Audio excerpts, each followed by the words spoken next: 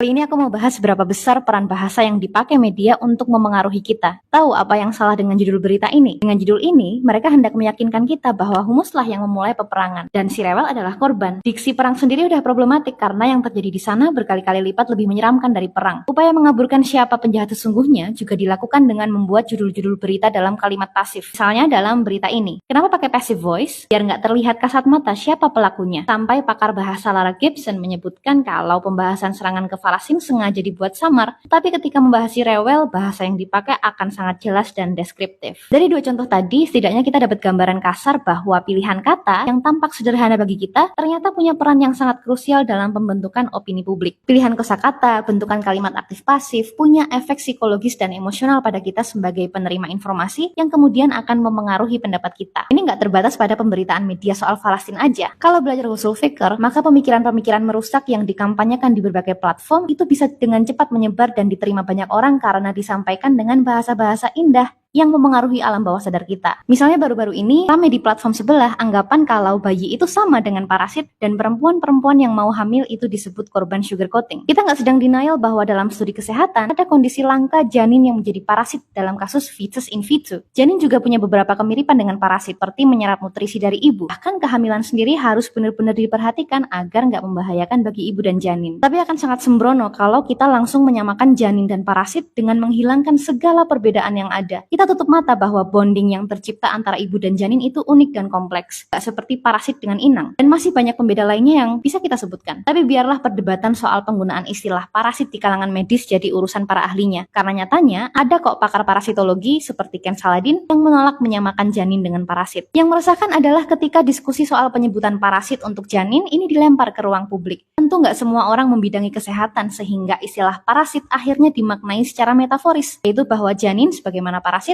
adalah organisme yang tidak memberikan keuntungan apapun bagi ibu, bersifat invasif, dan benar-benar merusak. Penyebutan janin sebagai parasit ini bukan hal baru kok dalam diskusi feminis. Misalnya dalam video ini. Reality is reality. It's not body autonomy if it's a 9-month-old baby. Because a fetus is literally a parasite. Like, because a fetus is literally a parasite. Like, it is sucking the life from a mother. Yeah. Every single day. Like, that's literally what happens. That's not even like... Not a mother, I'm guessing. Like, Ujung-ujungnya, dehumanisasi janin dengan menyebutnya parasit itu bertujuan untuk dekriminalisasi penuh sehingga bisa dilakukan tanpa kriteria di sana. Seorang ibu berhak mengcancel janinnya tanpa urgensi apapun karena itu parasit. Kalau sekarang kita mau berdalih, nggak apa-apa janin disebut parasit biar anak-anak nggak kurang ajar sama ibunya, biar mereka tahu susahnya hamil, biar kita lebih melek dengan kepayahan yang harus dilalui seorang ibu dalam mengandung dan membesarkan anak. Semua itu bisa dilakukan tanpa menggunakan cara atau diksi yang meruntuhkan self-esteem seorang ibu dan anak tanpa mencederai harga diri ibu dan janin yang sedang dalam masa pertumbuhan menjadi manusia dewasa. Karena semantically speaking, parasit memang berkonotasi negatif, degrading, dan dipakai untuk menghina. Zaman jahiliyah dulu, bayi-bayi perempuan dihabisi karena dianggap parasit. Di sini, terkubur bayi-bayi perempuan yang dianggap gak punya benefit apapun bagi kedua orang tuanya.